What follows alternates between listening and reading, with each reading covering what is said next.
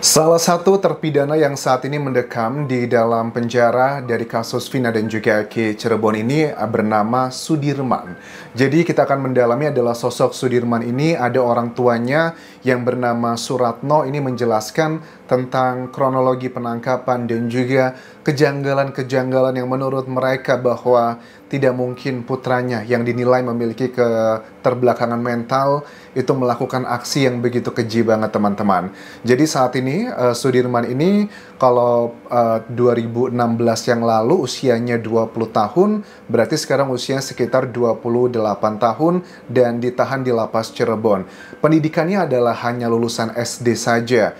Alasannya adalah karena anaknya memang nggak sanggup untuk sekolah. Dia nggak bisa berpikir dengan baik, pikirannya nggak mampu. Dia pendiam dan kecenderungan punya gangguan mental. Kerjaannya cuma di rumah aja, bantu orang tua, dan Suratno ini bapaknya merupakan orang tua dengan 7 anak, dan Sudirman adalah anak yang kelima. Dia nggak suka bergaul, paling ke musola aja. Karena itu juga dia termasuk orang yang jarang bergaul karena malu, sering diejek sama teman-temannya, dan dia pun tidak punya geng sama sekali. Dia baru bisa naik motor saat itu dan belum punya SIM. Bagian ini adalah bagian humanis ya, kemanusiaan yang menurut aku juga bukan jaminan karena tingkat kejahatan atau tindakan kriminal itu tidak didominasi oleh status sosial tertentu. Orang yang kaya raya, orang yang berpendidikan, ataupun sebaliknya, itu juga ada kok yang melakukan tindakan kriminal. Jadi bagian ini adalah bagian yang menurut aku lihat sekarang dari kuasa hukumnya Sudirman, Titin Prilianti ini, ingin menunjukkan sisi humanisnya kepada media, agar ada rasa kasihan. Well, kalau memang betul dia adalah hanya korban salah tangkap, bagus strateginya. Tetapi kalau ini adalah bagian upaya dia untuk menyelamatkan kliennya, ya kita lihat nanti. Kebenaran itu seperti angin teman-teman. Dia akan keluar meski dari lubang sekecil jarum pun. Kita lanjutkan. Waktu kejadian, menurut orang tuanya Sudirman ini bahwa saat itu putranya tuh sedang berada di rumah bersama saya dan juga ibunya. Tapi statement seperti ini bukanlah hal yang mengejutkan sih. Rata-rata yang namanya orang tua pasti kalau ingin membantu putranya, mereka bisa berbohong. Ini bukan satu alat bukti yang kuat karena saksi itu dalam dunia hukum, kalau saksi tersebut memiliki hubungan kekerabatan atau hubungan yang nggak bisa dipisahkan lagi, saksi tersebut dikategorikan adalah sebagai saksi yang tidak valid. Itu cek aja definisi saksi yang benarnya. Dia pun menurut keluarga ini, Suratno bilang bahwa dia kalau keluar pun paling malam jam 7 sudah pulang. Setelah 3 hari kejadian, tepatnya di tanggal 31 Agustus 2016, dia itu ditangkap. Dia ditangkap itu sedang berada di sebuah gang, yang gang tersebut itu bukanlah sebuah rumah untuk kayak base camp ataupun juga markasnya. Oke, Sudirman kenal dengan 7 orang itu karena rumahnya berdekatan. Kan totalnya ada 8 orang ya, Sakata Taut yang di bawah umur. Sudirman kenal dengan 7 orang itu karena rumahnya berdekatan. Tetapi, ini juga serba salah ya. Sakata Taut bilang awalnya dia nggak kenal dengan siapapun gitu kan ya. Tapi kan kemudian kesini-sini, maksudnya kenal dengan semuanya kecuali dengan 1 orang. Apakah awalnya ini juga memang dari awal mengatakan bahwa Sudirman tuh kenal dengan semua orang? Karena ada bagian yang juga cukup unik. Misalnya adalah si Sudirman ini termasuk yang gampang banget disetir sama teman-temannya. Nah, apakah dengan keterbelakangan yang dia miliki agar dia diterima sama kelompoknya, teman-temannya, makanya dia melakukan hal-hal yang negatif. Ini bukan cerita yang baru teman-teman. Aku sih yakin ya bahwa pada saat hakim sudah memvonis seseorang mendapatkan hukuman maksimal seumur hidup, itu pasti sudah ada keyakinan, ada pertimbangan yang luar biasa. Kalaupun memang ada kejanggalan, mungkin alat bukti A, alat bukti C tidak cocok, tidak nyambung, surat dakwaan berbeda. Karena kan kita dengar dari keterangan kuasa hukum Titin Prilianti ini adalah kayak bagian yang cuplikan-cuplikannya doang. Misalnya kayak di Eki, misalnya Eki itu dikatakan di surat dakwaan meninggalnya adalah karena ada benda tajam. Tetapi faktanya otopsi tidak ada tuh benda tajam, hanya luka-luka benda tumpul saja. Nah, kalau untuk bagian itu, kita harus coba bandingkan dulu dari keterangan pihak dari Polda Jawa Barat nanti. Apakah betul hasil otopsinya seperti itu? Karena jangan sampai ada interpretasi yang berbeda. Karena mungkin di surat dakwaan tersebut adalah menyatakan penyebab kematian Eki. Kan dikatakan bahwa penyebabnya itu adalah karena luka di bagian kepala, ada bagian yang patah-patah tengkorak, atas sebagainya secara detail seperti itu. Tetapi yang disampaikan di sini Titin Prilianti adalah mengenai ada luka tusukan. Kan belum tentu. Itu kan sebenarnya lukanya agak mirip satu sama lain terminologinya, tapi sebenarnya kalau kita lihat secara umum, bahasanya beda. Penyebab kematian dan mungkin juga luka-luka yang ditusukkan itu adalah minor aja sih, bukan mengenai penyebabnya kenapa Eki meninggal dunia. Sampai sekarang menurut Suratno, kami sering menjenguk putra kami gitu kan ya. Memang dia selalu mengaku pada saat kami jenguk bilang bahwa saya tidak melakukannya. Saya mengaku saat itu karena menurut dia sama seperti Saka Tatal. Saya itu dihajar sama oknum, terus juga bahkan disetrum dan dilakukan hal yang nggak pantas. Dan Titin Prilianti mengatakan bahwa foto-foto sekarang yang beredar, nanti akan aku tunjukkan lagi di Instagramku bagaimana foto-foto para tersangka saat itu babak belur. Aku tunjukkan di Instagramku di Anjasa Sumara, kalian follow di situ. Itu sudah beredar di masyarakat tuh sejak tahun 2017 katanya.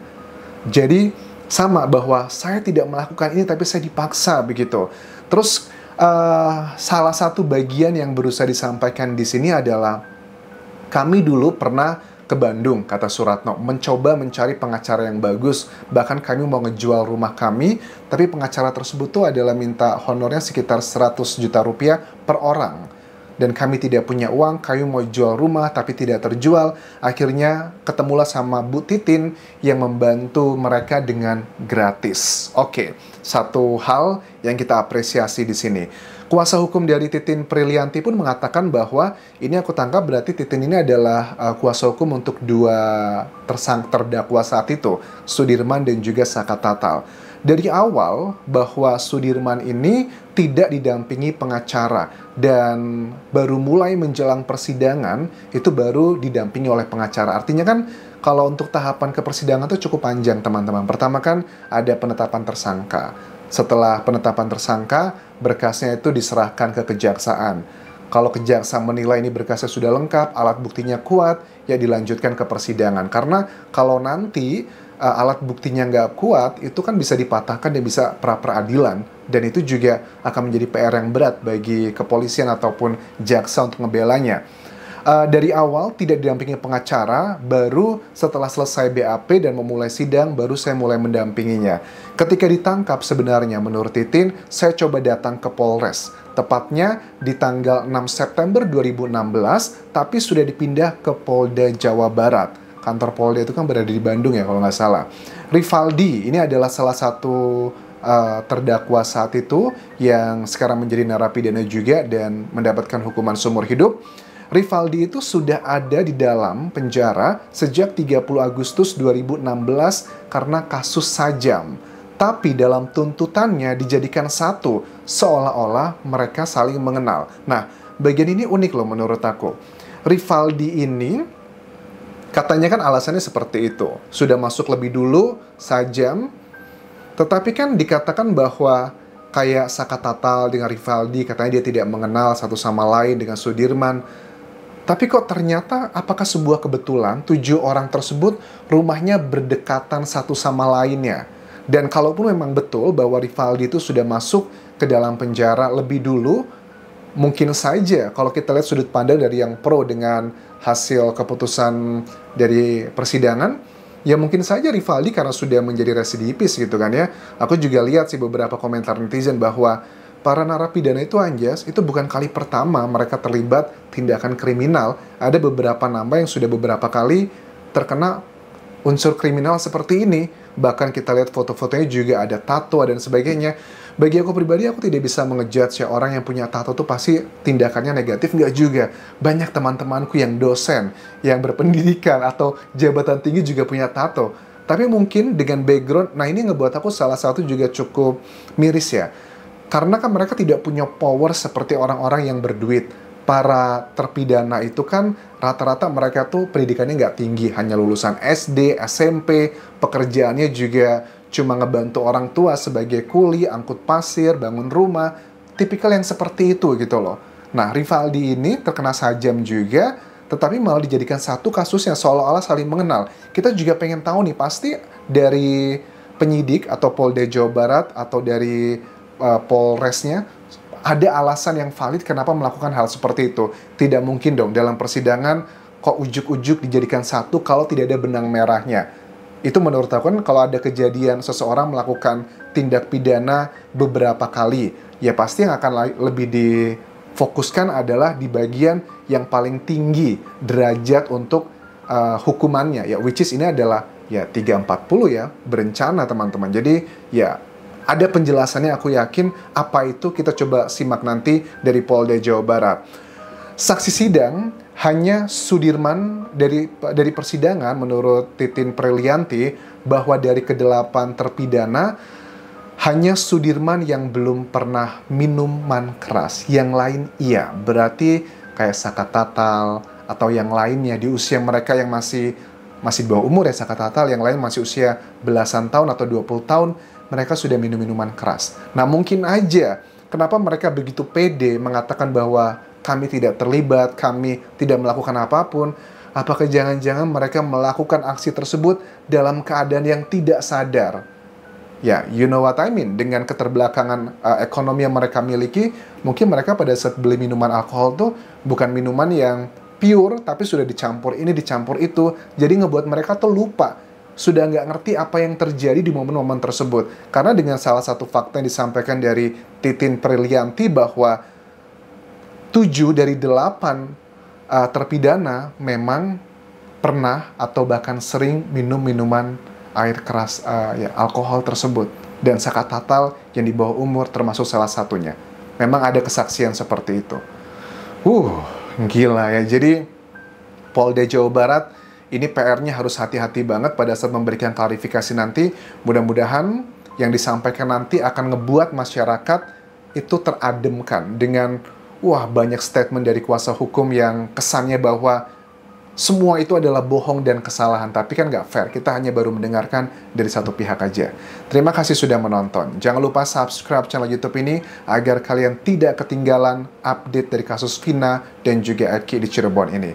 Terakhir, jangan lupa follow Instagram, Facebook, dan juga akun TikTok Dian Jasa Sumara. Sampai jumpa.